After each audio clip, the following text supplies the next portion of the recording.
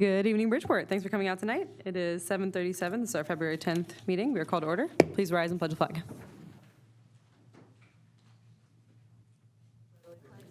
Flag of the United States of America and to the republic for which it stands, one nation, under God, indivisible, with liberty and justice for all. Thank you, everyone. Councilmember Schenk. Here. Councilmember Hauk. Here. Vice President Gundrum. Here. President Al-Zayed. I'm here. Councilmember Nolan. Here. Councilmember Gamble. Here. Councilmember Cosenza. Here. Mayor Heil. Yo. Thank you. Mr. Bello? Here.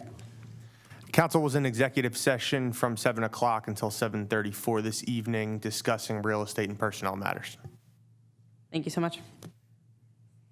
All right, everyone, thank you for joining us this evening. We're trying out something new as a part of, our most recent mission statement and core values. We wanted to kind of provide some more transparency, so we've been working on the back end to make sure that we are communicating more, we're discussing more. We've heard lots of individuals as we were chatting with them ask more questions, and I feel like the community is generally more engaged. So we came together and decided that we were going to kind of restructure our council meetings to have additional opportunities for discussion.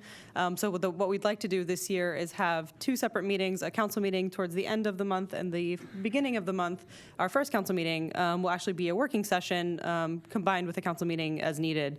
So just wanted to give everyone, I guess, some understanding of what that would look like. So it's basically an opportunity to present projects and initiatives and things that we'd like to discuss publicly that don't have a vote attached to them. So we will not be voting on any of the items tonight. There will not be any final decisions made. This is just merely an opportunity to discuss with the public and amongst ourselves some of the ideas. As you know, Bridgeport is growing. We have lots of strategy that we'd like to start to implement and discuss.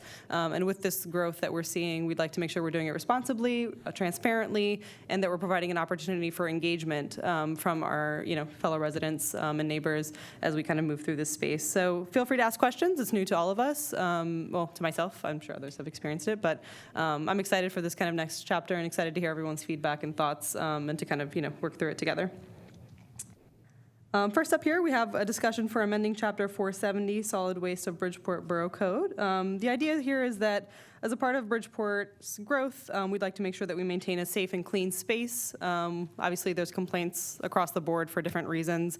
We live in a really windy town, and I think specifically the snow coming in at the rate that it did in the past month has kind of highlighted some of the issues that we are facing. I know we face them in pockets of different, whether it's complaints or whether it's personal experience across across our lives here in Bridgeport. But I think specifically now is a good time to kind of rediscuss this and see whether there's some opportunities for improvement, enforcement. I'm excited to hear from the police on this as well. The chief here with us tonight, and from Mr. Truman, it's his personal experience with some of this in the staff. So I'll let Mr. Truman kind of take us away on the next piece of this, but that's generally what we're discussing. Sure thing. Thank you, President Al-Zayed. Anybody, who's lived in the borough, I'm sure, over the last several years, or has been privy to public meetings or social media conversations, has probably been affected or involved in a conversation regarding trash concerns in the borough.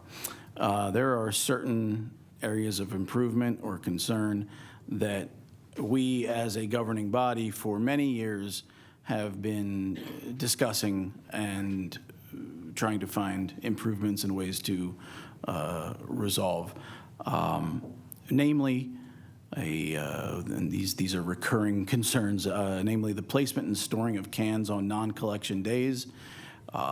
Borough Code currently states that you are not permitted to store trash and recycling cans along your street frontage, that cans need to be placed on either the side or the rear of your property on non-pickup days. That being said, there are also many properties that don't have easy access to side or rear yards, or in the case of mid-block row homes, simply don't have side yards.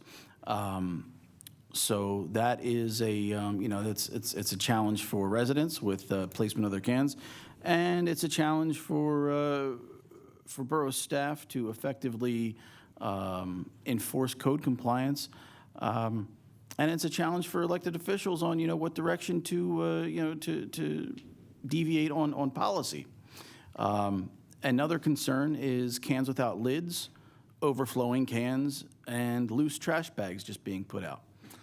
This allows trash to scatter and blow throughout town. It creates litter, it creates sanitary concerns, and trash winds up clogging inlets, which does not help with stormwater runoff and proper conveyance and flow of on-street stormwater. And of course, as we all know, if anybody's lived in or worked in and around the borough for any considerable amount of time, we all know that Tuesdays are categorically the windiest darn day of the week every week. Murphy's Law. And then third and finally, missing and lost cans. Whether it's residents that call and say, hey, my can just went up missing, or I think my neighbor might have taken my can when I wasn't looking, or Mascaro destroyed my can, or Mascaro threw my can away on trash day. It creates a strain on both borough and resident resources. Per borough code, we are supposed to, obviously residents are required to purchase their own trash can, but the borough provides a recycling container. Per borough code, we are supposed to provide one recycling container per resident or per trash account, and after that, residents are, if they lose or break or no longer have their can, technically they should be paying for them. That's not something that we've enforced in the past, and out of a courtesy to our residents, but it creates a strain again on both borough and resident resources. So over the last several months, administrative staff has been working on a draft amendment to Chapter 470, which is titled Solid Waste, but it is, frankly, it's the Trash and Recycling Collection Rules and Regs. And we are offering up updated language that is intended to provide solutions to those aforementioned issues and more. Namely, receptacles should be stored and prepared for collection in a secure manner. And the following bullet points are basically just the highlights of the draft Chapter 470 amended language. Receptacles should be stored and prepared for collection in a secure manner so as to prevent materials from being blown about by the elements, i.e. tight lids and no overflowing cans. Bullet point number 2, trash receptacles must be used. No loose trash bags to be put out except for extraordinary circumstances. Bullet point number 3, cans must be kept clean and in good shape, and must be labeled with the physical address of the property. Again, in an effort to hopefully prevent cans from walking away and residents from losing their cans. Additionally, next bullet point, revise language on curbside placement to include a 7 a.m. Hard and fast deadline for Tuesday placements, and limiting the number of containers placed to 2 for refuse and 1 container for recycling. Storage of cans. Create a regulation that a screening for cans is required if they are stored along the property frontage. This screening would be required to meet certain standards in order to provide durable screening that properly obscures the view of containers, including material and height requirements. In other words, if you do not have the ability to store your can along the side or the rear of your yard, you may store them along the frontage, but you need to install a measure of screening to obscure the site from the street side in order to maintain and improve curb appeal in our neighborhoods. Next one, updated language on commercial and related properties to require dumpsters or refuse collection facilities as defined in the newly updated zoning ordinance. And finally, adding preliminary language on enforcement measures for noncompliance. And currently in the proposed draft, noncompliance with these issues would or could result in a fine not exceeding $100. So not a major fine because the goal is never to hit our residents in the wallet. It is always first and foremost to gain voluntary compliance. If any members of council have any questions or suggestions, I'm certainly willing to field them. Could we go back to the first slide? if you Yeah. don't mind? Thank you. The one question that I have specifically is, I don't know if anyone else experiences this, but personally, we have additional trash bags every once in a while. If we have a birthday party or during Christmas, there's just like there's always reasons why there's like one extra trash bag outside of the actual trash. Could we do something, and obviously open to discussion for this, but let's assume that happens. I know for a fact because I work from home and I'm able to look out the window, mine doesn't tend to go everywhere, but what if we did something like it has to be double bagged, if that is the case? Like, is there any other ways that could be possible, or are we just saying that it's absolutely not possible and people just need to buy second trash cans? Because it's definitely not a regular thing, but I could imagine more, not just me, I can imagine more people experience having reasons why they have additional trash. Excellent point, President Alzayed, and that's exactly why, the second point says, except for extraordinary situations. Bear with me as I go through.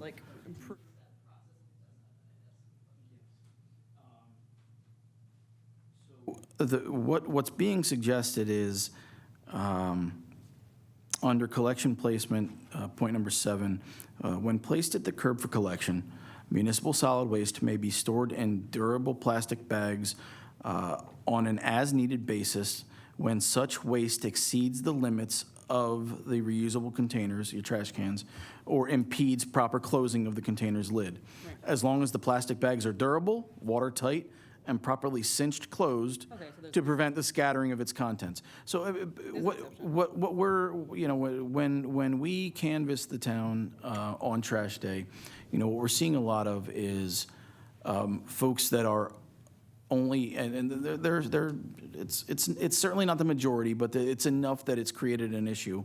There are certain blocks and certain households that routinely only put out trash bags. They don't put their trash in cans. Yeah. And there are bags that, frankly, are left loose. Yeah. And, raccoons, dogs, cats get into them. With the wind takes them and travels and scatters the trash. And that's what we're trying to mitigate against when we say lids need to be tight. Your trash, while recycling should never be bagged and should always be loose in a container with a lid, trash needs to be bagged. It should not just be thrown loose in the container. And if you have to put bags out, make sure they're cinched tight. Thank you for that. So enforcement would be the entity that owns the property, right? So whoever's name is on the account. So for renters in town, if their landlord didn't replace their trash can or wasn't providing a trash can when they moved in, or there was an issue there, we would be taking that up with the landlord, right? That's correct, yes. Usually, like in my lease, I'm in charge of my trash can, so it depends on the property and what's in the lease. It does, and you're correct. That can vary, of course, lease by lease. But when code enforcement issues a citation, it goes to the property owner, not the tenant. Can we go to the other slide? You'd say go to the next one again? Mm-hmm. Sure. So that 7 a.m. deadline, a lot of people talk about what's the earliest you can put your trash out. Like, we do our trash the night before, but the night before for us is 4:30 in the afternoon because we go to bed early. So is there any kind of guidelines that people need to follow with when they're allowed to start putting their trash out? Current Chapter 470 currently says you can't put it out any earlier than 4 p.m. the night before, and there's no plan to deviate from that. I don't think anybody knew that was 4 o'clock. So as long as we have that number out there in the world, then at least like the Facebook people will hear, like, it's 4 o'clock, you're allowed to put your trash out now, because some people will say like, well, why do you put it out so early? Well, my husband gets up at 4 a.m., he goes to bed at 8 o'clock, so that's why it's going out right before dinner. You know, like, it's just nice to put that out there. And then just for the general record, recycling, if it's overflowing, should stay in your house? Because I think that's usually what we find blowing around if people like have it on the sides. Is that fair to say? Measures would need to be taken to make sure that your recycling's not overflowing and your lid is tight. Mr. Truman, I have a couple thoughts. So a lot of the stuff is typical, it's normal. People put curbside stuff out front, wherever it is you go. The size of your cans might change and how they're secured might change. Maybe another thing for those people that they care enough for to have some dumpster style or portable compact style locations for whether it's recycling or some trash for those that wish to move it along if they have a little bit extra. Maybe it'll keep the streets cleaner if we do it the opposite way for a little bit. Not saying all over in every street, but have some other kind of location where people can be allowed to get rid of their trash that might be the overflow stuff, that might be the bag stuff. Not saying that everyone would do so, but it might be an idea. It's just different to have self-serve trash, where they actually drop it off at some of these places and some borough properties. It would come with a litany of other issues because it hasn't been done. Yeah, I would have to strongly disagree with that one, Chief. The trash contract is what we pay for. We pay for at your door curbside collection. We do not have the site, the space, the facilities, the resources, or the vector control abilities to create a dump site for residents. Yeah, I would imagine it would immediately get swamped with guys that are doing clean outs of rentals and that sort of thing. Immediately abused. Yeah. I want to make sure we're not over-policing trash because that's not what their job is. We don't pay the officers to. So I know that there will be a lot of discretion. This would have no. I didn't mean to interrupt you. I'm sorry, Mayor Heil. When you said over policing, none of this would be enforced by the police department. Well, I just, in general, I don't want the government to be spending all of its time policing, as a general term, trash. And so, what do we get done today? Well, we went after all these homes. It's just, you don't want to be overbearing in terms of how it's done. That's all. And I appreciate that. I assume you would do that. I know that we have some elderly residents who live alone who they do put out a bag because it's all they have. They don't have a lot of trash in the week, so just they're not very strong. They putting out a whole can is a lot for them. So that's a consideration of extraordinary circumstance. When it comes to lids on trash in general, the problem is usually not the trash can when the trash is in it in the bag. It's after the mascara comes through and they put the trash can back and the lid's not going to be secured because they're not going to go and daintily put the trash can lid back on. It's not the Simpsons trash can episode, which is one of the better episodes. So, that's just something to be considered about is when the trash, your trash is in a bag and it's in a can, it's weight bearing down on the can, so it's not blowing over necessarily. It's usually when I'm on my street after 8 in the morning, if the trash has gone through, it's the lids and the cans that are blowing around because it's a windy day after they've gone through. And that's not a knock on the trash company. It's just that's kind of how the wind goes because it's empty and they're light. So it's just some consideration about when the problem happens that you don't want to make people feel like they're at fault for things that weren't their fault, which I'm sure you wouldn't. Absolutely, Mayor Heil. And the intent behind this proposal is not to create a new set of regulatory rules or enforcement for a new set of trash regulations. It's frankly to attempt to the primary impetus behind it, frankly, has been our ongoing conversations regarding storage and placement of cans on off days. And the rest of this is really just kind of belt and suspenders seeing areas of the code that could use some better elaboration and greater definition, and putting that in there. I don't think this comes with a concerted effort to, begin ticketing or fining. I think we still have to be cognizant of the fact that we are a densely packed community, and, our streets turn into wind tunnels, especially on winter days. But at the same time, there's been, a ever increasing proliferation of trash on trash days not staying in trash containers. That I think that a little bit of tweaking to our current language could help mitigate against. And that's one thing I also want to bring up is pet waste. I know a number of residents in general have brought that up to me and maybe probably others. So in terms of if you're writing some other things in there about how it needs to be disposed, some people talk about it being out in little baggies or just not put away correctly. So, I don't really know if there's anything that needs to be updated there, but just to clarify that it's something that we'll take it seriously. That's To all. your point on that one, also, a lot of issues with trash are being, like, people will be walking around and they'll throw those in somebody's can, and then it's at the bottom of their can and people don't know it, and then they're throwing their trash on top of it, and by the time mascara's done, they're throwing the can on the curb, it's everywhere.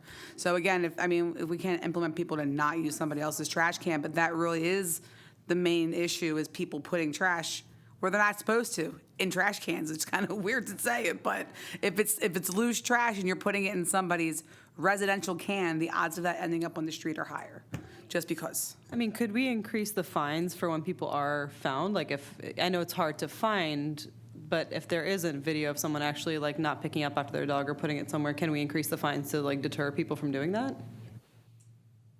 Madam President?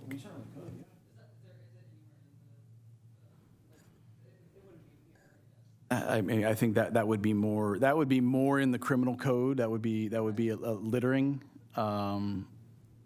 So I would defer to Chief on that one. We just, actually, people circulated some, the normal Facebook thing, found some people that are aggravated by people watching their dog dump at the same places.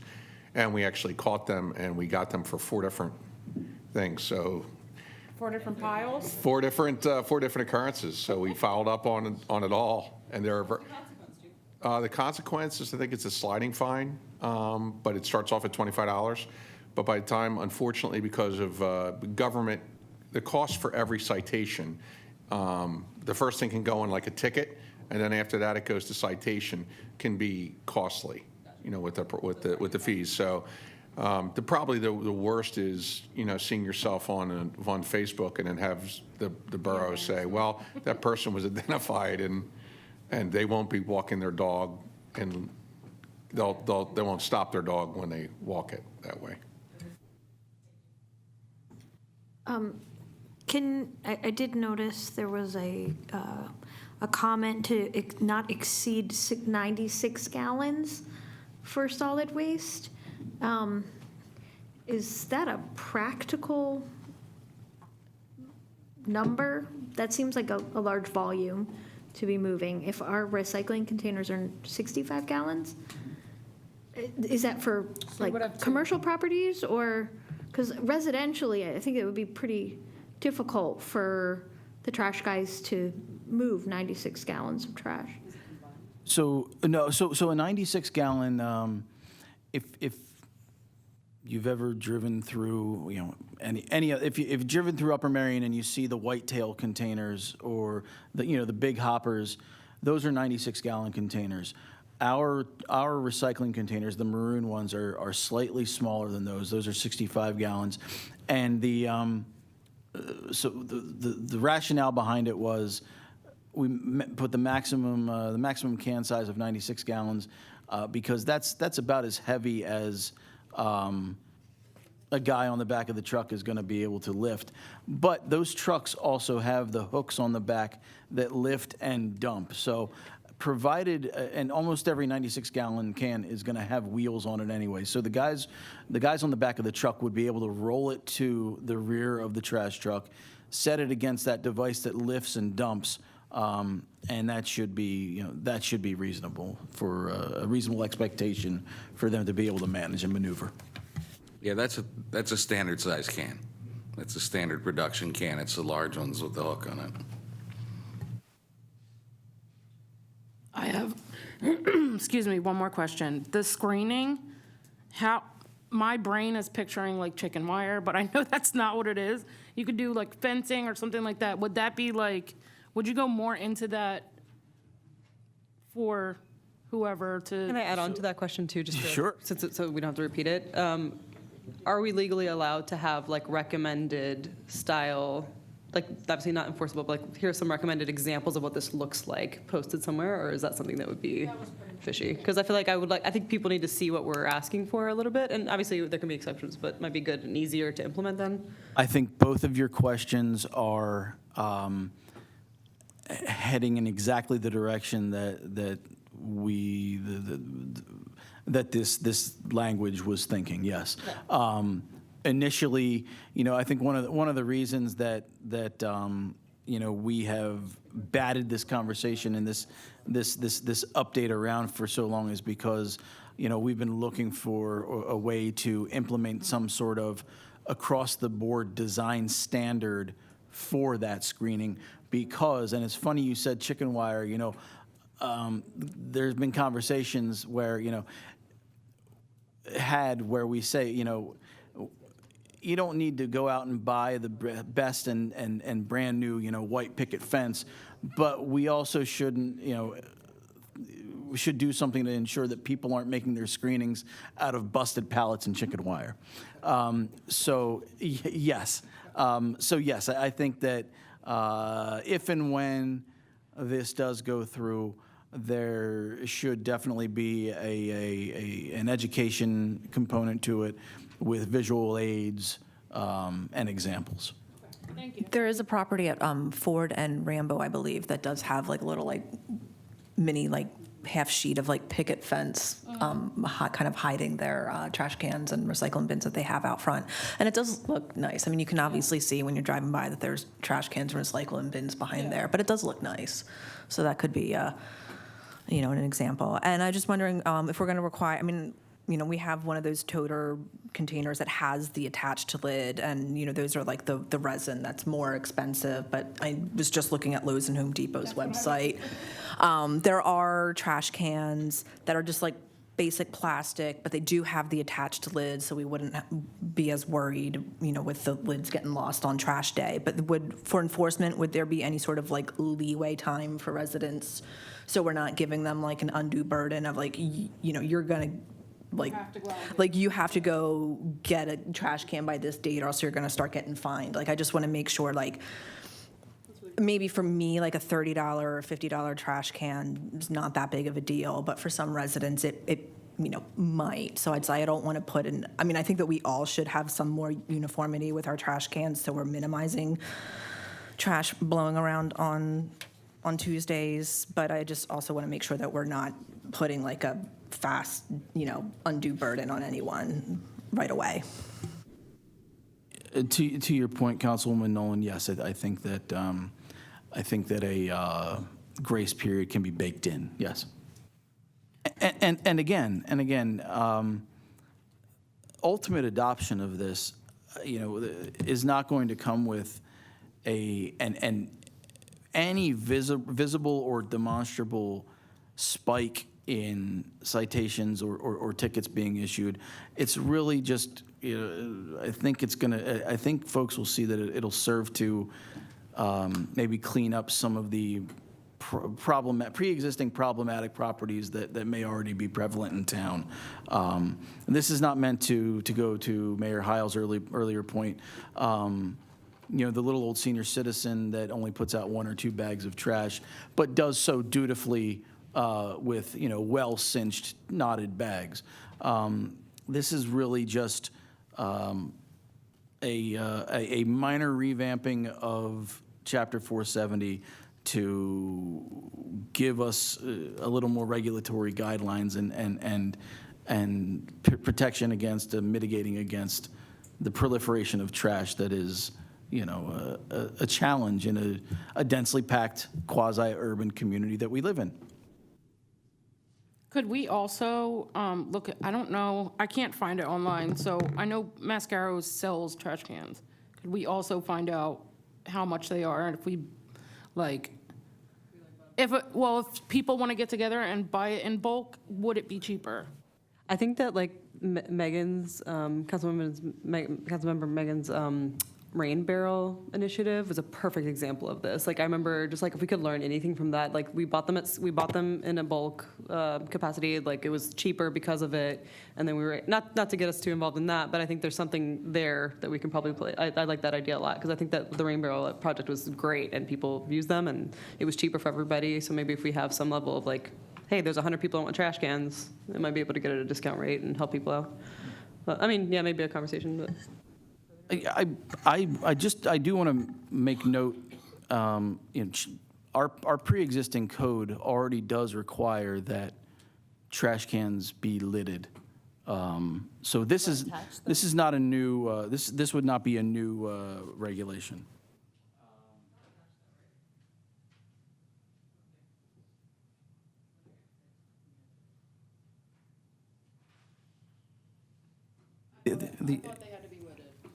Yeah, but attached lid though. I don't think they had to be, they didn't have to be attached lid, that's not what I Yeah.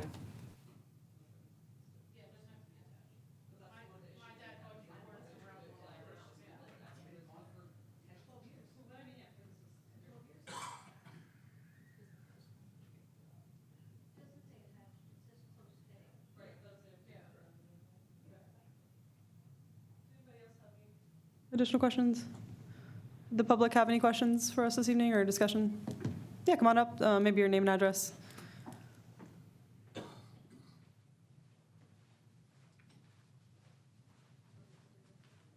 Good evening. June Charles, 516 DeKalb Street. Okay, two things. I wrote them down so that I can remember. Just to piggyback a little bit on Mayor Tony's point, we do have a lot of elderly or sick, and if they're unable to take out their trash, can we implement a hotline, a number, something that they can call and ask for any kind of assistance in taking that out at all?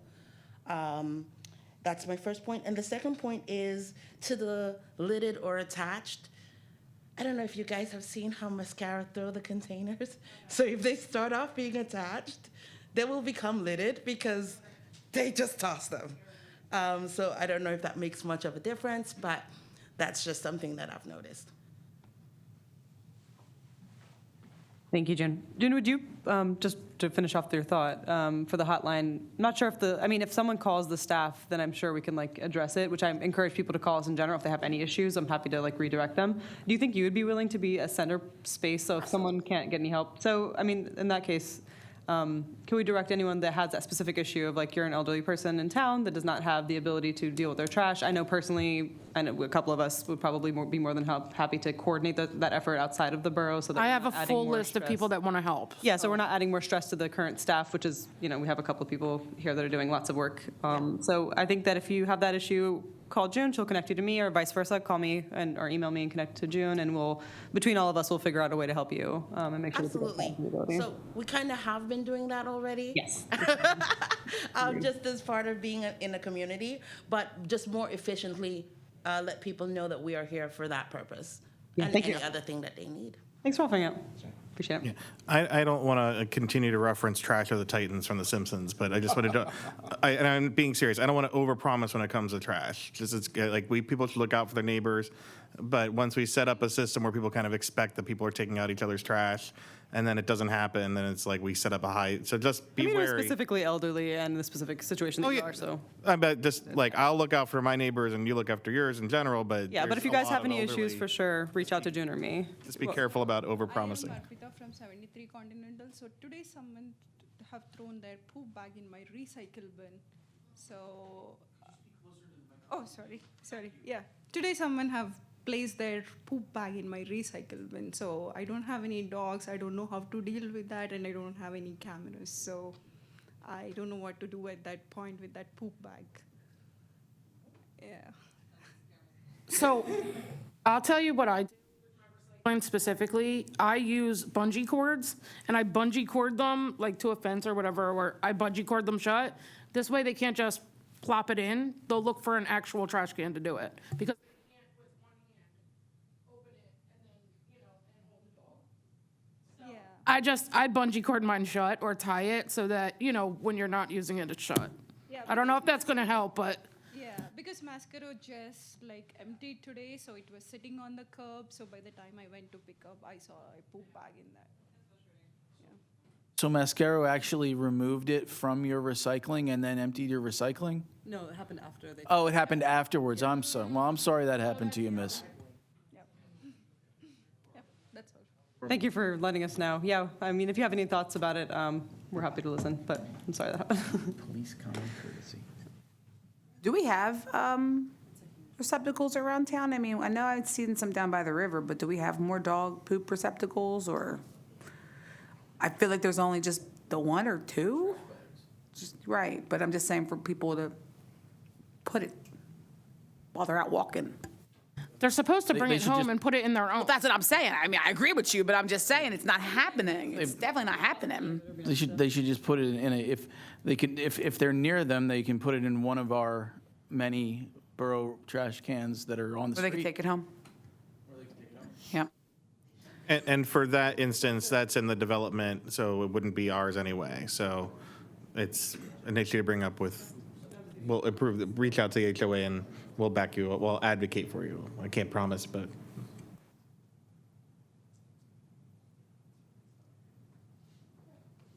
Does everyone have any additional questions or? All right, well, thanks for bringing this up.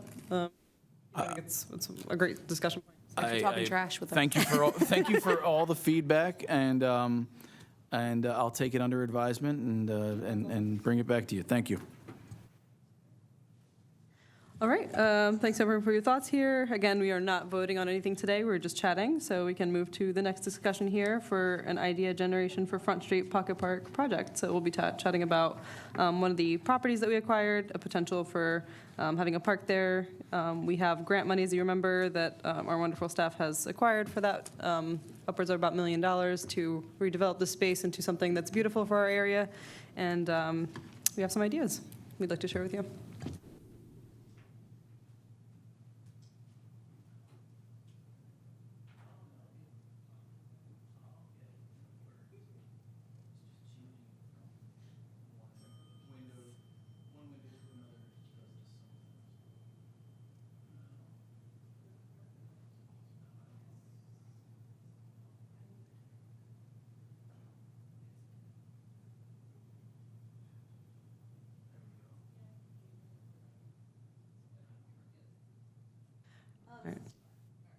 Awesome.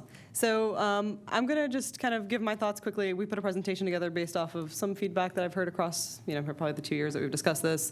I kind of want to ground us in what this could be. So we could talk about this as a park on its own, but I think what I really would like to do is talk about Bridgeport's future as a whole. If we can move on to the next slide, please. I think that one thing that we'd like to do is grow and honor the culture and honor what we have here in Bridgeport and kind of like highlight what's special about it, and not just grow for the sake of growing, and that would take strategy. The first thing that stands out to me about Bridgeport is it really is the heart of Montgomery County, and I think that's something that is very marketable and something that we should capitalize off and take advantage of as we kind of market the town moving forward. One thing that obviously we all know because we live here, but we are very close to transportation. We have lots of access to the borough, which makes us a prime location between different townships and boroughs and things like that. So in terms of tourism, we're a prime location and also a convenient location for people because they can take public transportation and different highways to get here. So I think that in order to kind of move forward with our future as a whole, we need to think about Bridgeport in terms of its ingredients of success. Like we can develop things separately on its own, or we can think about it as a cohesive story and think about our economy in that way. If we can move to the next slide, we can kind of chat about them. Thank you. So a couple things to talk about, right? So tourism is one piece of it, a sense of place, community anchors, family, programming, activities. So I don't think anything is in silo, and I don't think if we create like one good restaurant in Bridgeport is not going to change the history, the trajectory of Bridgeport. A nice park is not going to change it. It all has to kind of come together, and I think that's what we've been doing really beautifully across the last bunch of years. So I think because of that, we need to start thinking about how can we make this a destination. If you were to travel to a destination, what are you looking for as a person? So I kind of thought about it in that way and thought about them as ingredients, meaning that if we have a park, how are we supporting that park's growth? What is that park giving back to us? If we have $1 million and we're going to spend it, then we can spend it and make it where it's useful to 300, 400 kids that are in Bridgeport, or we can make it something that gives something back to the economy and back to our local businesses and somewhere that we can kind of, how can we amplify that benefit to the community in a larger way? So we can move on to the next one. So one of the things is that I'm talking about, and again, this is just for the sake of discussion, so I'm really excited to hear people's thoughts about this. This isn't a set thing necessarily, but we can say, hey, come to our park, or we can say, hey, come to our historic district, walk around town. This is like the history in Bridgeport, and I know I'm so excited Mr. Puzio's in town because in our council meeting today, because I learned so much history from him. We know Mayor Beth has our Founders Day, so we know for a fact Mr. John Gundrum and Diane have also given me lots of pieces of history as we just walk around town. They'll be like, oh, you know that building over there? They used to, that was like a meat distributor. This building over here does this and that. And I feel like those things are often missed on people because they don't know the value of these spaces. But if we market this as something that's called a historic district, then we can say, hey, here's 3-4 places in Bridgeport that you can come visit. And that kind of leads us into the park specifically. But one of the items that we'd like to kind of conquer this year is a plaque that honors George Washington's crossing, because if you don't know, he had his army stay overnight here before they crossed the river on their way to Valley Forge, which is super important. We know from the past Olympics, Ariana Ramsey was the first rugby player as a part of the team to win a medal in the Olympics, which is super historic and great. And these are just the tip of the iceberg. We have history here on a national level and a local level, and if we highlight it in a way that makes it something that's fun to go to, that's a place that people want to visit, that schools come to learn more information, then it kind of gives us a bit more economic impact in the way that you're not going to just come to a park or just come to a plaque. You're going to probably get a slice of pizza. You're going to go to an ice cream shop. You're going to check out the town, and that year over year impacts and helps us grow the economy locally and gives us more jobs, and likewise. Moving on to the playground here, I know personally we drive over an hour sometimes to check out a cool park. I think this is a good opportunity to kind of do the things that we've just talked about. It's Black History Month, which I think is fantastic. We chatted about this last year in the fact that we have Charles Anderson, which is the first black aviator in the country. So he was the first black man in the United States to teach himself how to fly, to get into the Air Force, and has lots of great stories online. This was something that I had to find out kind of on my own. I never see anything around town that honors that, and think that there's lots of value in adding a uniqueness to our park that that allows for our economy to grow in a way that people are visiting to see the park, but also preserves our history as a town. Here's a couple of data points that I just quickly pulled offline. Property values can grow anywhere from 5 to 20% if you have a unique park specifically, not just a regular park, but if you have some kind of unique park, your property value in the area increases. There's examples of this gone in towns that in Tennessee, Chattanooga specifically, that made this their point to start adding very unique spaces in their town, and their property values went up 127%. Not that that's necessarily our goal, but to say that there's a huge value in just kind of thinking about things that differently. It's not like we would have to go get additional effort to do this. It's just like, how can we make something special out of what we already have? So just to kind of remind everybody, Charles Anderson, this is a picture of him. We just want to make sure that the Bridgeport legacy and history kind of lives on, and the only people that are going to be able to control that is us here in Bridgeport. Some more information about him. He was born in Bridgeport. They used to call him Chief. He became one of the first most influential American aviators in history. He's called the father of black aviation. So he didn't have access to training. He was a young boy that wanted to learn how to fly, didn't have access to doing that, raised money, him and his family together, to buy his first plane, and taught himself how to fly, which sounds terrifying, but good for him. He did it. And he flew Eleanor Roosevelt around the country. There was lots of different items in his history that are very important. Obviously, you can read more about him, but I think it's worthwhile kind of celebrating. And this is, a national piece of history that we have right here in Bridgeport. So on to the fun stuff. So here are some renderings and examples of what this could look like. Obviously, nothing in here is set in stone. These are just merely examples of what we could see. You can see really quickly a picture of an airplane here that could be a playground or park, or in the form of a slide. Roger, I'd love to hear your thoughts on this at some point, whenever you have some thoughts. We can go on to the next slide quick. I was chatting with some of the council members here. Ms. Laura Gamble had a really exciting proposition to have some kind of runway where people can maybe have their bicycles. Other Laura Halk was talking about some kind of sensory play. I think during Bridgeport, during Bridgeport, we had a great experiment kind of right here in the front where we had lots of sensory moments for kids to play with, whether it was like the little corn pits or different items. And there was families here every single time I showed up. And I came here 3-4 times a day at that point last year. So I think there's a lot of need. And I think that this park can kind of serve different age groups. So that's one of the things that came up here. And although this picture is not quite showing it, but I think that another item that came up in our conversations was having some kind of shade because it's a very sunny time during summertime. And some of our parks don't have a lot of shade, so that we'd benefit from that. So that's another element. And then finally, the element that I feel is most important, no matter how innovative we get with the actual design, is to have some kind of plaque that talks about the history, where kids can walk up and learn about their Bridgeport history and be proud to be where they're from, and be able to talk about this in the future. So this is just one example again of this. It's not necessarily anything that we need to hold ourselves to, but some kind of informational piece. A really fun idea that Ms. Laura Gamble had as well. Obviously, this doesn't have to be it again, but just have some kind of contest feel to it. I'm definitely excited to kind of hear more of your thoughts on how to implement this. But the idea would be to have maybe a contest where people design the sign or design some elements of the park of some way. We could definitely showcase them here at Borough Hall, but then also the final design could be something that we implement in the park, whether it's the sign or something else that we feel is doable. I think the other items are just, yep, so staffing is something that, again, we can kind of go backwards, but Laura and I were chatting about how we would make sure that over the, one of the items that we were discussing and wanted to kind of talk more about with Roger is if it would be possible to have some kind of splash pad in this space, as it's something that we've discussed around the years, and since we have some level of funding here, and I would assume this is something that we could actually get more funding for if we arguably needed it. If that's the case, then how we would staff that if something went wrong. Our staff doesn't currently work in the weekends. This could be a later conversation, but something that we definitely wanted to make sure that was properly staffed and funded for, so that it's not an emergency happening. And then finally, I think the last element, do we have one or no? Oh, that's it. Okay, cool. So those are my thoughts. Sorry I talked for quite a while, but I feel like I've chatted with lots of people about this for a while and tried to encompass all of those things into here. I'd love to, this is just our first conversation about this. We have about 18 months, if I'm understanding this correctly, till this actually hits the ground running. In the meantime, I'd like to understand what our restrictions are, what the possibilities are, what's realistic and what's not, and then kind of go from there, I guess. So maybe, Roger, I'm not sure if you wanted to kind of start us off with maybe your thoughts. No pressure, but if you do have them, I think that it's probably the most important opinion of all of ours this evening. I think they're all great ideas. I don't believe the piece of property down there is as large as some of the diagrams show with all of the equipment.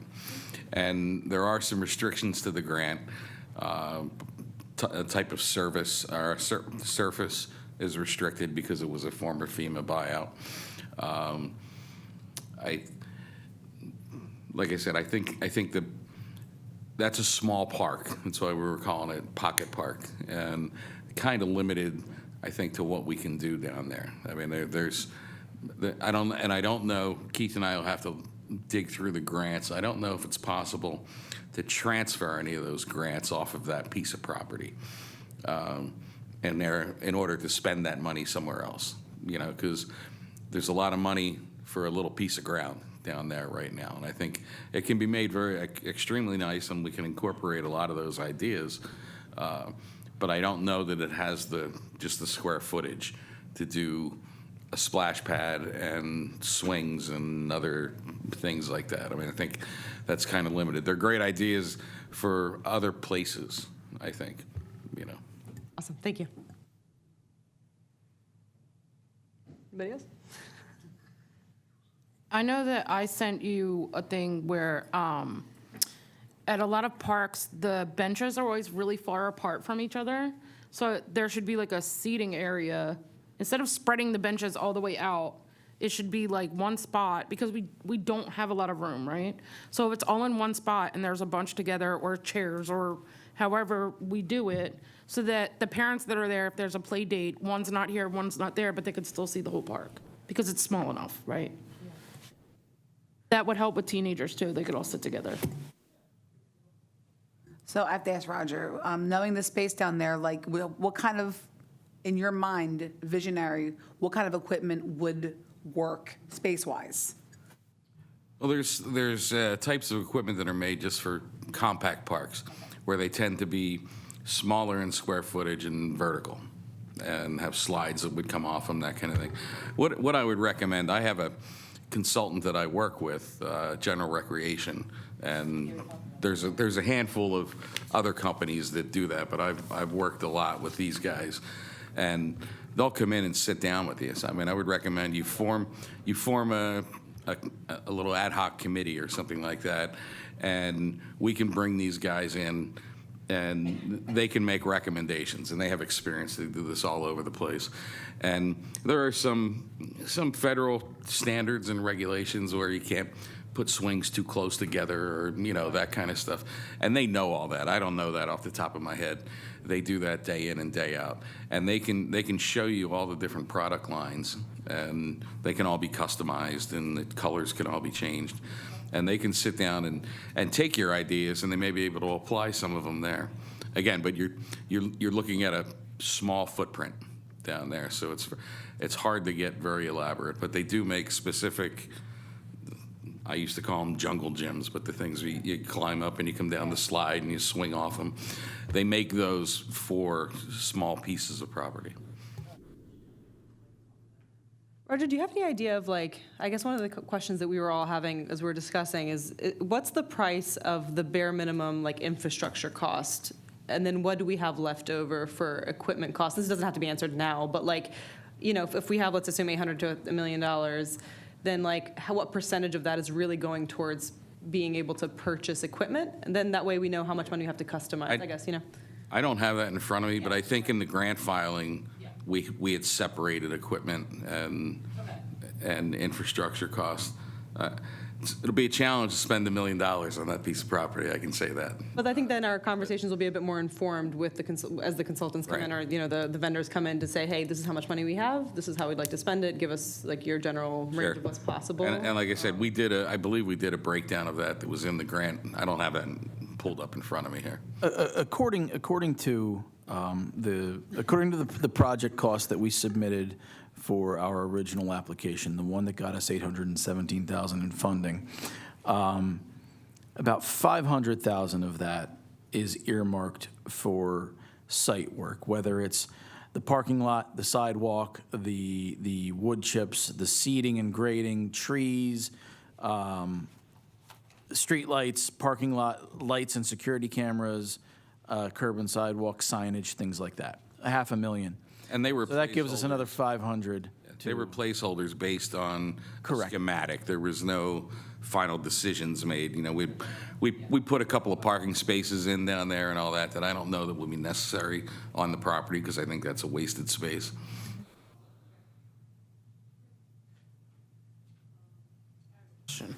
The money, like, if we don't use all the money and we can't use it, that can just go towards upkeep, right? We could just use that for upkeep for the future, right? No, generally speaking, Heather, or Councilperson Cosenza, excuse me, the grant monies need to be spent on what the original executed grant agreement is, which would be for the site work and the purchase of everything that it takes to get you to a finished product of a parking lot or a park or whatever you got the funding for. You can't keep it in your pocket for ongoing maintenance, unfortunately.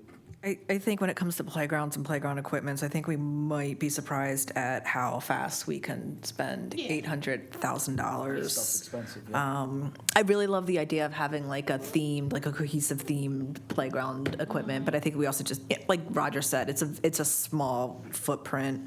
So just making sure that we're working within the confines of that and not shooting for the stars so much, but I do like the idea of like a themed playground, and also just making sure that it works with the community, that we're not going to make people so excited to come invade the neighborhood because everybody wants to play on like the little airplane thing, but it is a really cute idea.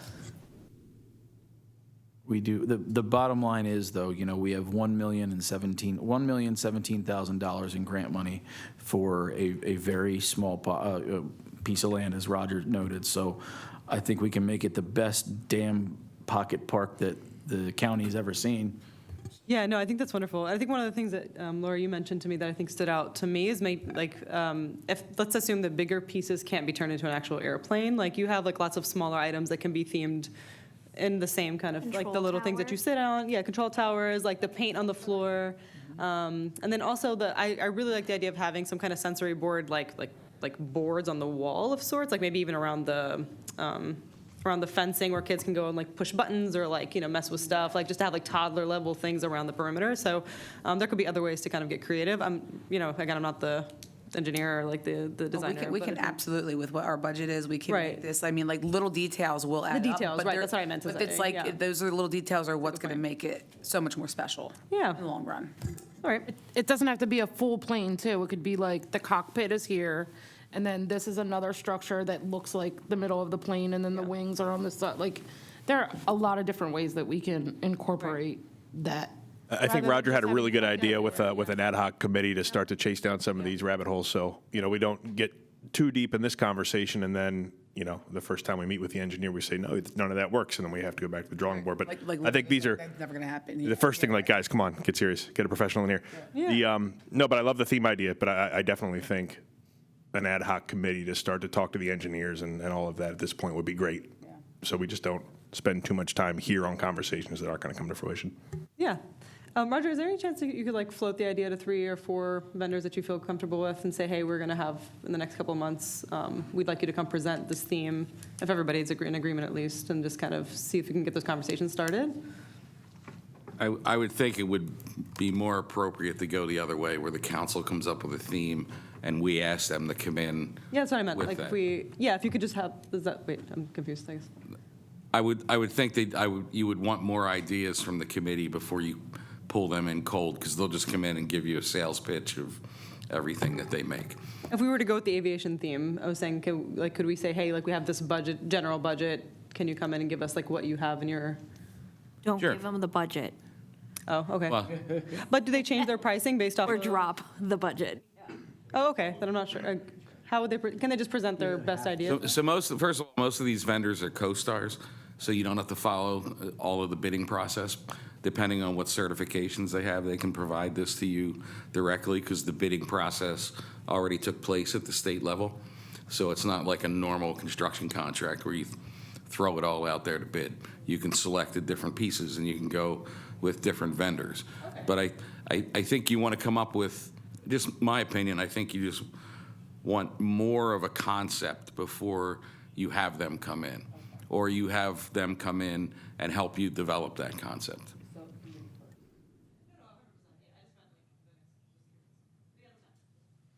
Madam President, Mr. Truman hit on a couple of things that are probably going to cover the base, just generalities, suggestions for the physical security, the videoing, chasing stop signs that are closest to it, signs on approach to overdo those kinds of things in this kind of environment.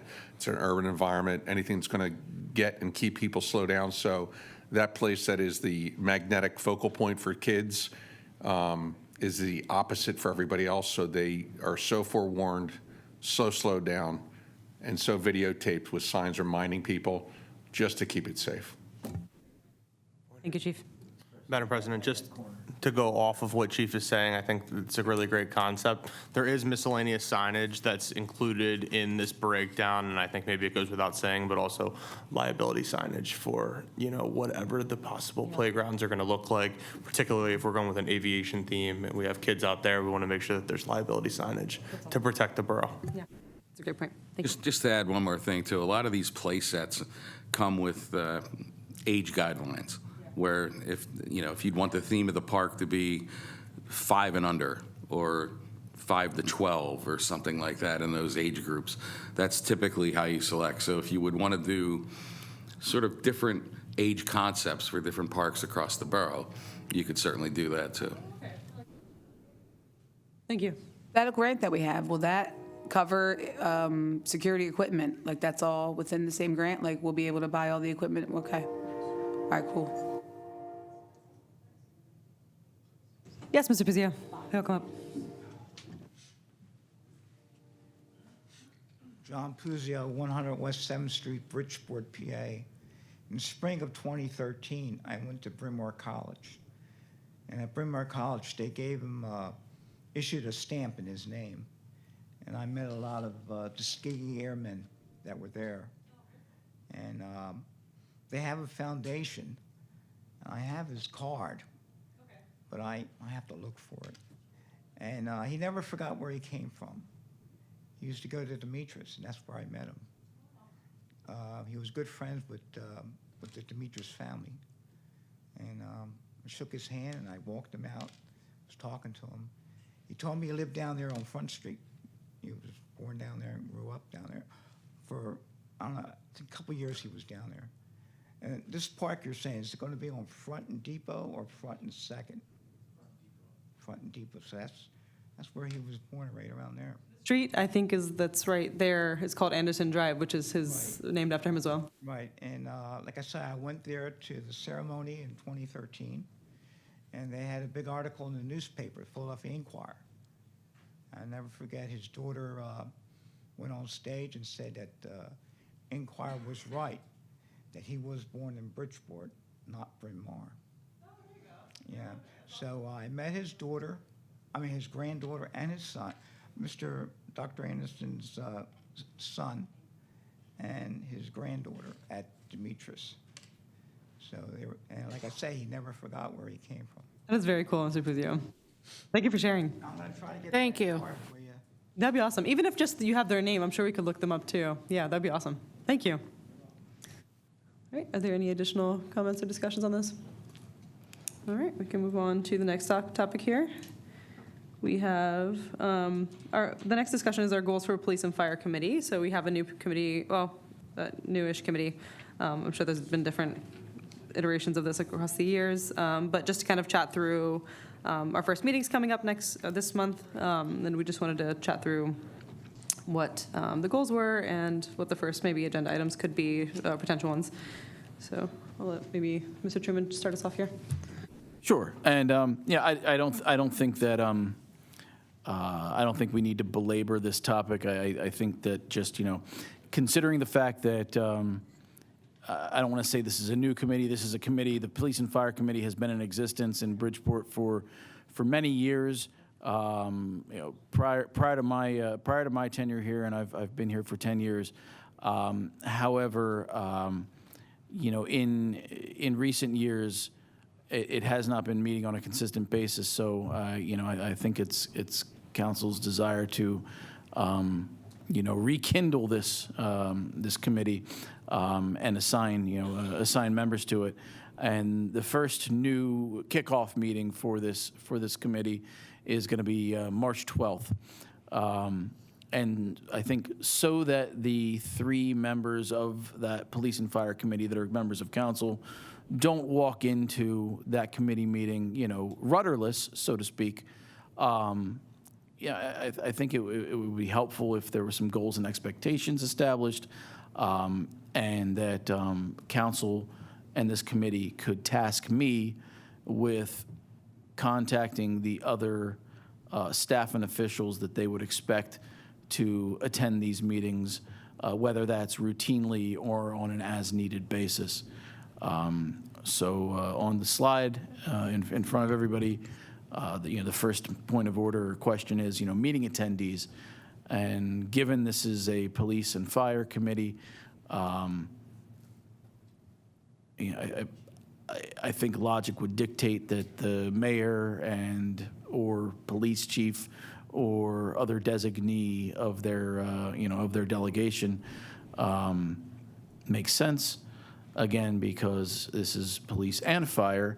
To that end, the fire chief or the company chiefs or a designee of their delegation would make sense. And again, as administration, I would of course avail myself or a designee, of my delegation, of administration's delegation, to attend those on a routine basis as well. And then insofar as goals and expectations, just simply in reviewing other regional police and fire committee, municipal police and fire committees, and looking at what their mission statements or goals or core beliefs are. I had plucked a few of those from some research I had been doing. Policy development, reviewing policies and ensuring compliance with state and local regulations, community engagement, i.e. addressing public concerns, promoting transparency, improving communication between the public and our public safety professionals, training and standards, for example, assisting with retention and recruitment, both for police and fire, and facilitating training and resources, and crisis management. For instance, reviewing responses to emergencies and disasters and helping to develop response plans for future incidents. So, I guess I'm, as the liaison or conduit between the elected officials here, Borough Council, and not only the public, but our public safety leadership, just looking for a little direction on, or agreement that this looks to be the step in the right direction, or the right way to go to kick this meeting off and to temper everybody involved's expectations. So, thank you. I have a couple of suggestions in terms of meeting attendees. There's the, my husband's on it, Civic Commission. Civil Service. Civil Service Commission, thank you. Probably a liaison from that. And I think Chief, you also put together a emergency response team in the wake of, I think, the flood. We do. We have an emergency operations committee that doesn't really have committee status, but if we're looking at this stuff, that's the first thing it should be, to flush out all those disaster training. I'll speak later about the training. So yeah, that's part of it. Civil Service has oversight under borough codes for the hiring, discipline, for a lot of the police-related stuff in boroughs. Although the discipline sometimes does not go down through borough code anymore, it goes in different directions, but yes. I would say in terms of civil service committee or even emergency services, I think it would depend on what the agenda items are beforehand, because I know with civil service, there's only so much that they have in their purview. So, there might be a good reason, like if we're talking about staffing or then that makes sense. I don't want to make people come to a meeting that then their role is not really touched, and why was I here for an hour? Or even so they're especially for emergencies, there's probably a lot of reasons why we'd be talking that. So it'd be a good reason, but we would just reach out to invite them depending on what the agenda would be. So if we can have an agenda at least 2 weeks in advance, I'll work with, I forget who the chair of the committee is, but to develop that, and we can, go over what makes sense for that and go from there. That makes sense. To jump off that point, Councilperson Gamble, I think those are great suggestions. I think situationally, Civil Service Commission representative does make sense. If there's promotion or hiring or discipline that needs to be involved or discussed, absolutely. And conversely, same goes for, I think they're both good suggestions. Thank you. Additionally, about oversight and things that would be happening at this meeting, I mean, I feel like it would be important that leaders and heads of their departments, like the chief, like if you could participate in a lot of these meetings, even as per needed, but just to make sure that like what's being discussed and moving forward, like everybody's on the same page. I feel like communication is so important because there's so many things that have been happening, and they happen in all different types of departments. And I don't want to say that it feels like everybody is disconnected, but it could very quickly feel like we're disconnected if we're not being open about things on, you know, in a level playing field as far as like a meeting like this is concerned. I agree. I was just talking to Mayor Heil in last week. Said, look, you know, I'm available to you guys all the time. Sometimes, you know, people will call me about different things or to talk about stuff, whether it's council members or borough staff, citizens. So I'm there for you. So I think that the initial step would to have me before you, talking to you more, besides me informing the public as well. So I always have a list of information. I know I might over-communicate when it comes to this, but I'd rather have it That's not possible. engage your mind so that you see something that I'm putting out there to say, hey, that's for further discussion. And not all of that is for the general public, of course. But, you know, that's why I do that. I take steps to put that information out more so it'll stimulate conversation between the department and borough staff, professional staff, and elected staff, so that you always know what kind of where we are. So hopefully we can get rid of any voids of that. So on the fire side, we haven't had a lot of, you know, involvement in the fire operations because they kind of do their own thing. On the police side, what are we trying to, I don't want to say it like this, but what are we trying to accomplish with the meeting that we don't already have a venue for? So we have a policy and procedure manual that we recently updated. Community engagement, we have 2 meetings a month that folks can come out and ask questions of the police chief or council. Trainings and standards, I don't expect anything to change there. So are we getting together to talk about this stuff? Or is there something we're trying to accomplish? Is there a goal here? You know, I guess I should also add, you know, when it comes to the crisis management and the civil service, those committees meet when they need to meet because they have something they need to get done. Is there something here we need to get done? Or are we looking to provide a venue for conversation, I guess? I mean, I would say that it would probably be more along the lines of like being prepared and having a conversation. It's better to have a conversation before something happens and then rather than afterwards. I would say that maybe not everybody needs to be at every meeting, but again, like when something comes up, there's an agenda that comes out 2 weeks prior, and the right people should be at those meetings just to make sure that they are fully aware. President Schenk, I'm going to apologize and ask if you could reiterate your point again. That's okay. That's okay. So my question was, with this committee meeting, the fire conversation is its own animal. They're a different operation. But on the police stuff and the borough stuff, you know, what are we trying to accomplish at this meeting that we don't already do with council meetings or other ad hoc committee meetings that are needed, you know, when they're needed? So we have we've revamped our policy and procedures recently. Council meetings are twice a month for public to come and engage and ask questions, and the chief's here and the mayor's here to talk about that sort of thing. You know, public communication trainings and standards. Are we looking to update our training? Are we looking to change something? You know, and we talk crisis management. We have policies, we have committees, we have things already on paper. So are we meeting to do something, you know, in particular? Or is there a goal here, or is it a venue for conversation?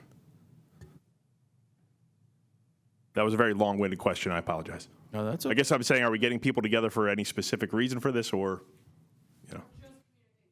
I think there's a couple of elements that I'm hearing from everyone and like from my personal and like just general conversations. I think there's two elements here. There's an element of there's a lot of change happening in general as we grow and as we need new things. And I think the chief has like lots of great ideas and needs a vessel to kind of like discuss certain things with council, as with the fire department as well. And I think there needs to be some more open communication as everyone's discussing of like, hey, here's some new needs. This is something more urgent. Like just to have that bit of more of the ability to chat and discuss things as the town grows. So one of the things that I was just chatting with Keith about is whether or not it was feasible to have one meeting with two separate sections. An example of this, obviously open to discussion, would be that the first half of the meeting is the police chief and the fire chief coming and presenting their thoughts for maybe 5-10 minutes and giving like a quick synopsis of what's been happening and like a deeper dive, and ability for council members to ask questions and to discuss. Following that, then, they don't have to spend lots of hours doing things they should, they aren't a part of, or just don't benefit them. So then they can, if they want to leave, then you have the council meeting members that are left with potentially the mayor, if he'd like to be involved, that discuss things like oversight, staffing, more strategic pieces that I think we don't have enough time to talk about a lot of times in our executive sessions, and that they tend to get lengthy, but then also to like dive a bit deeper into more specific situations that occur and come up. So I think that it would benefit us to have a space where we can communicate with everyone and have that more synergy there. And then also a place where if something comes up and we need to, as we all know, there's plenty that comes up in these topics, we have a space to do that. And I like the idea personally of having recommendations coming from council members that have been invested in the topic. So like I think a lot of times we have information, but it's really upon us to do a lot of reading, a lot of research, and we ask a lot of questions, which is great, but I don't think we have the time to really dive deep into some of these topics. And I think it's often left on the mayor by themselves to then deal with the topics themselves. I think what this gives us the opportunity to do is like if we have an issue that arises, then this committee's job then is to review videos and to look at files and to talk to the lawyers and to have a deeper understanding of those issues so that they can come with a proper recommendation. So we're not saying, hey, we're going to do X, Y, and Z. We're saying, hey, this committee did all this work. They came to us with an actual report and recommendation. Now, as council, we can make a decision based off of that information, is how I see this happening. Because I feel like oftentimes we're all stuck in rooms where we're talking about real estate and all these different things, and we're jumping back and forth, but we don't have time to focus on the specific topic. But sorry for the long-winded answer. Yeah, I got to say, that's great. If there's any conversation about police, needs to involve the mayor, first of all. But secondly, if this is a committee, that's a public meeting, we can't discuss a lot of those things.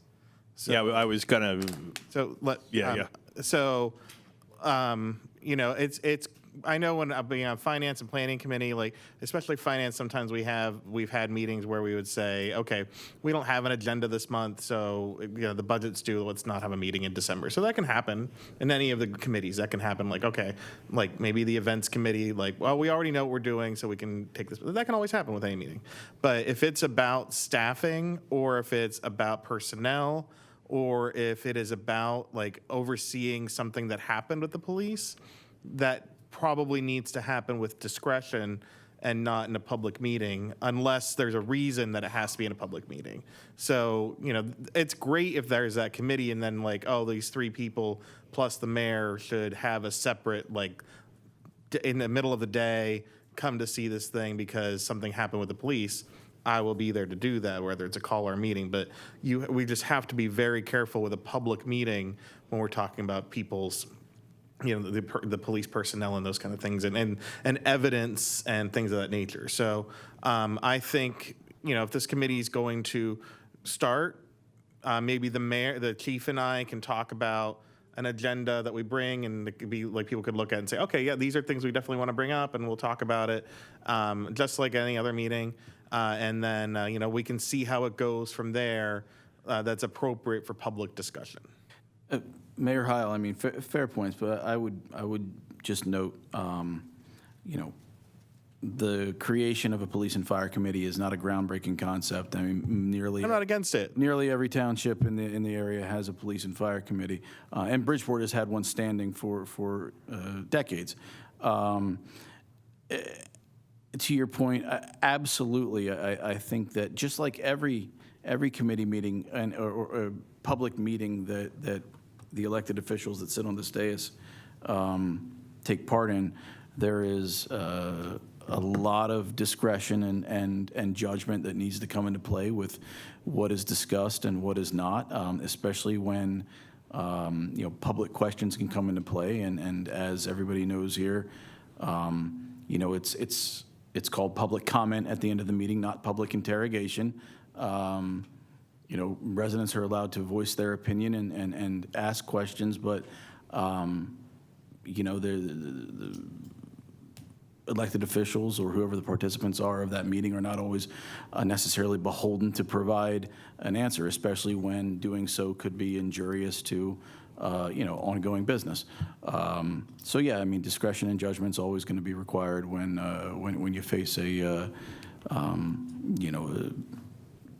discussion topics during a meeting of this nature. So That's all fine. I just want to set expectations for the public that if they're attending a meeting, there are certain things that just aren't available for public consumption all the time. So we just want to hold off before we get ahead of our skis sometimes. That's all. The idea of the Committee on Public Safety is great. There's a lot of things we can discuss, especially for natural disasters and, adding in, like we said, parks and how we, there's lots of things to discuss. I just want to make sure we had the expectations out there. That's all. Yeah, I think council wants to ensure that police and fire leadership equally feel heard, and rekindling this advisory board to discuss things and come to lower level recommendations that can be brought back to council on respective topics, I think is a healthy thing to encourage. All righty. I think we have what we need. Does anyone have any just general questions real quick? All right. We can move on to unfinished business. Can we, does anyone have any items of unfinished business to discuss? All right, we can move on to committee reports. Are there any committee reports this evening? All right, we can move on to the mayor report. Mayor Heil. Thank you, President Al-Zayed. I just want to begin by recognizing the challenges of dealing with the snow and thank the Public Works crew and other staff who've helped to keep Bridgeport streets safe. I know in a lot of ways, we've done a better job than other towns, but I know it's very frustrating. In past years, when we've had significant snowfall, temperatures got above freezing within a few days, which helped to melt the snow. But because of the abnormally long streak of cold temperatures, the piles of snow are like solid ice, which makes it very hard to shovel or plow. So thank you to everyone for their patience. Thankfully, we should see some warmer temperatures this week, and I encourage everyone to be careful, especially tonight if you're walking home from a meeting, because with a little bit of warming, it leads to some ice, and later at night when it gets dark again. So, and like when it freezes over. So just be very careful walking through town as snow melts and then refreezes. February is Black History Month, and Bridgeport is home to some great Black-owned businesses. And I'm not going to necessarily name them because I will feel bad about missing some of them, but I encourage you to take advantage of those, and I appreciate that Bridgeport's better because of our diversity and being a welcoming community. Last week, on February 2nd, I attended the Bridgeport DNA retrieval training and Bridgeport Police Department operations meeting. While there, I learned about the extensive and continued training that our officers participate in throughout the year to be up to speed on laws, procedures, safety, and best practices. Thank you to the chief and to Officer Flora in particular for letting me sit in and speak to show my appreciation. We are looking at having some events in the next year with the police to address issues like domestic violence and abuse, and possibly an event to educate the public on the kind of training that our police do, because I was very impressed and not even aware of all of the training that your officers keep up on all year long, and shows that training matters. We may fold that into with the information for National Night Out. I'll alert people that if you're planning to steal from local businesses, that the police plan to clear every case. So I am now, as mayor, able to see some of the things that come through, and please know that they do not plan to let anyone get away with thefts, so they are on the case right away.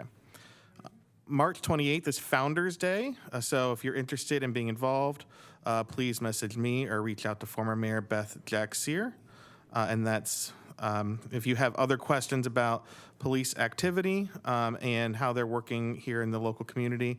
I appreciate their commitment to community, being there in our schools and building trust. That is how the chief and his department have been successful. So if you have questions, you can always reach out to me or the chief, and we'll respond right away. Thank you. Thank you, Mayor.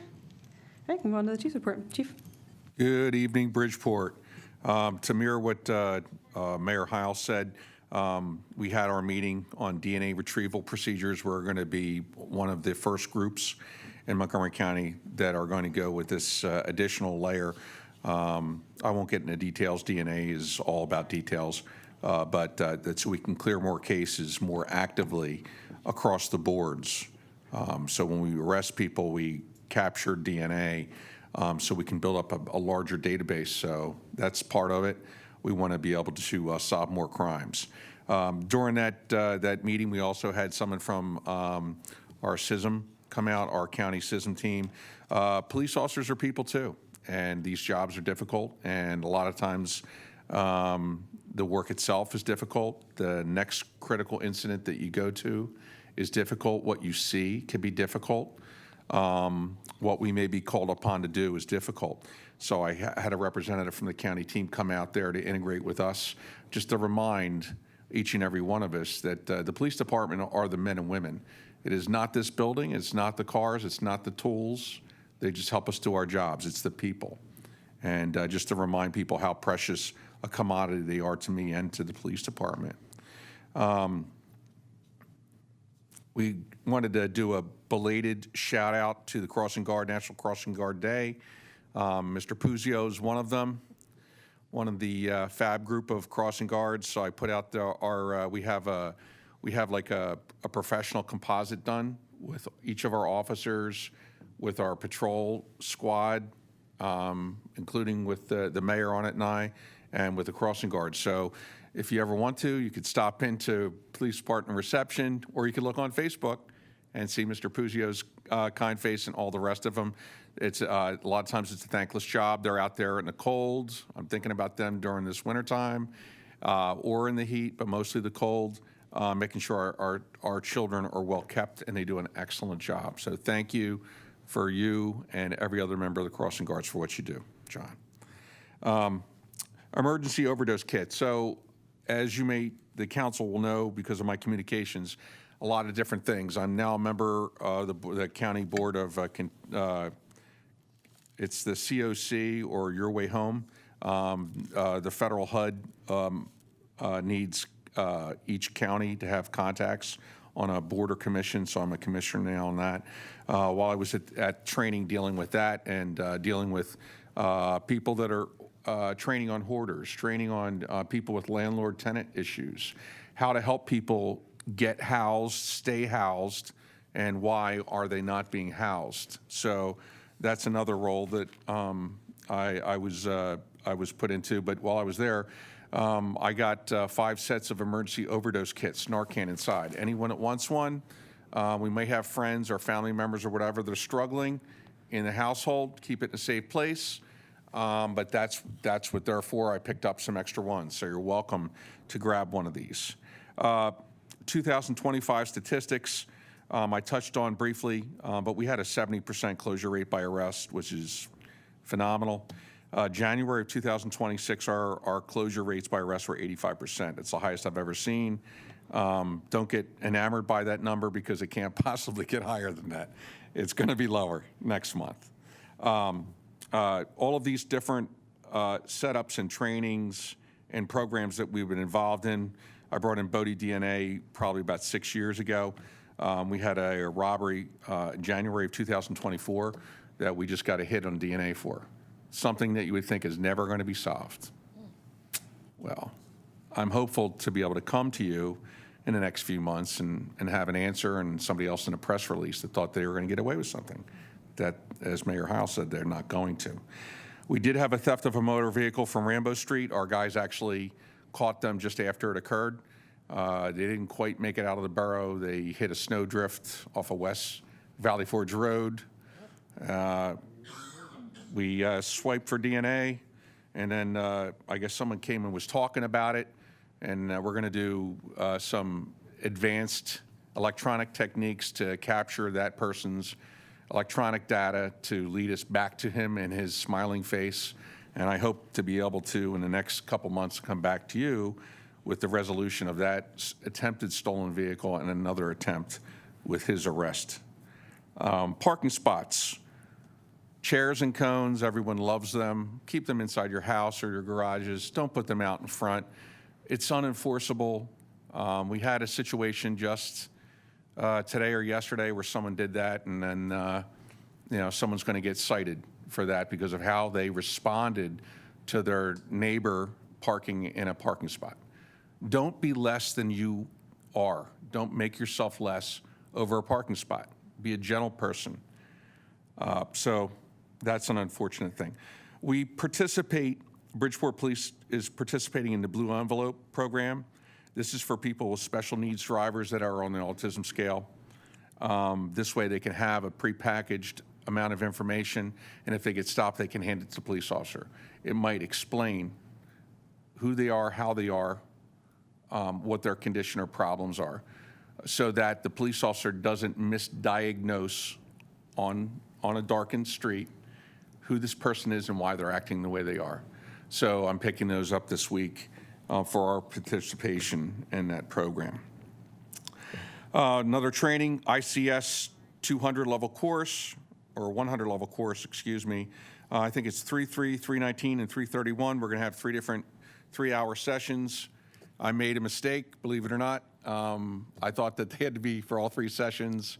Actually, it's just 1, so I will be communicating with members here and outside that our emergency operations group to attend. We can get you additional updated training that for the emergency operations group, that when we do have disasters, it could supplement the borough operations, and then people can better understand how to communicate, talk with each other, and know what their roles are in a disaster. Emergency management coordinator, EMC, deputy emergency management coordinators, finance directors, people from the official business, public works, and police all have roles in this, and it's meant to assist with disaster declarations and cutting through government operations to make it be most effective. So that's the trainings we're going to have here starting next month as well. One of the things I wanted to address, some things are difficult in this work and in government work. I spoke about it on Facebook briefly, but there's been some more issues in the area. And this is response to community concerns about the recent arrests of undocumented immigrants in the borough of Bridgeport and in the nearby areas. Just earlier today, yesterday, and the day before, there was additional reports. On January 23rd, 2026, January 30th, in early morning hours, federal officers detained 3 individuals, 300 block of West 4th Street, and transporting them to the Borough Hall parking lot on 100 block of West 4th Street before departing. It's believed that one of the subjects was taken into custody due to a crime or offense committed recently, activating the federal response, and that the two of the 3 individuals were in close contact during the operation, were investigated and detained as a result of the primary investigation. The Bridgeport Borough Police Department does not participate in the federal 287G program or other agreements that could authorize local police officers to act as federal immigration agents. Unfortunately, no prior notice of federal enforcement operations had been given, which does not go hand in hand with normal courtesies usually given by agencies having concurrent jurisdiction, such as county, state, local, and federal authorities. This normal courtesy isn't to attempt to abridge the authority of the agencies, but to let the primary jurisdiction know of their presence and what may or may not come from that operation that may impact the primary agency, Bridgeport, and those important things that go on in Bridgeport. Notice of such operations would improve the safety and security of the borough by allowing our officers to know limited information so as to tailor any responses appropriately. Meaning that if bad things happen and we don't know anything about it, something bad can turn worse. And I want to keep it safer for the people of Bridgeport. I want to know, does that mean that I'm not going to communicate with anybody else? No, it means I want more communication with organizations so I know what they're going to do if they're going to do it. That doesn't mean I'm going to undermine something, but it means I want to keep the people here as safe as I can keep them within law, and that's my goal. We do not conduct immigration raids. We do not enforce federal immigration law, and we do not inquire into the immigration status of people in regular police contacts. A person after arrest for a crime in Bridgeport Borough would, if the level of crime rises to a misdemeanor, first degree, or felony, be required to have an arraignment before a magisterial district judge. At the time of this arraignment, a judicial officer may inquire as to the status of the defendant and find that the defendant could be a flight risk or on the enumerated charges and require a bail to be set to ensure their appearance at further judicial proceedings. This would not be punitive in nature, but to ensure justice is served. Victims are equally protected under the law, the color of law, and the defendant is present to have his day in court, meaning that somebody commits a crime, and whoever it is, we get arrested, we drop them off for processing, and then the court decides if there is an arraignment necessary. The judges, under the laws of criminal procedure for arraignment, setting of bail is one of those 5 subheadings. And to set bail, it could be immigration status. So this is really just to inform you all and the public about how this thing works. So that's how these things could occur for immigration, for other things, and how people can have knowledge about different things, but that's how the criminal justice system works.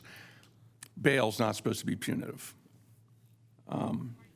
Chief, can I ask a question in this regard, just because I feel like we've been having lots of discussions specifically? Are you saying that the federal government has access to Montgomery County local arrest records? I'm saying that the federal government, federal law enforcement agencies have access to criminal justice information, and most likely that's what's triggering these things. But it's not arrest records. It's like specifically they had to have been convicted. So like if you arrest someone in Bridgeport and they happen to be undocumented, does that information go directly to them, or is that? I would believe any criminal justice file through a processing system could engage that. But I've heard in other states that there has to be cooperation from the county or local level to hand that information over or to make that phone call. I just want to make sure that we're advising people properly when they ask us questions. Like, if you get arrested, does that automatically mean that your information has been sent then over to the federal authorities? I wouldn't advise people, but that's a legal advisement. I'm just saying. Necessarily advising in the sense of advice, but like if they're asking about what's happening, and you've kind of mentioned to us that we're not necessarily cooperating in a way that's putting people in danger, then what's actually happening? What's your? Just as I said, I believe that what's happening is that there's criminal charges triggering the ICE investigations, and that's what's bringing people to locations. And I believe that's what happened. So beyond that. I can speak to this as well very briefly. I can tell you that a simple arrest can trigger, if necessary, an FBI background check. The arrest will show up on a background check. Even if you're not convicted of a crime, a prior arrest will show up on a federally run background check. So whether a local department is engaging with the federal authorities or not, they have access